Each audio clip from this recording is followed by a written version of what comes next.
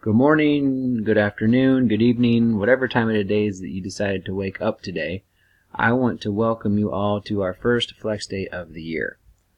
Let's look at what's going to be on your plates for today. Number one, please make your way to the Flex Day e-learning stuff, quote unquote, folder. It's going to be a standalone folder that can be found in our activities section. You can't miss it. If you don't see it the first time, look again. I promise it's there.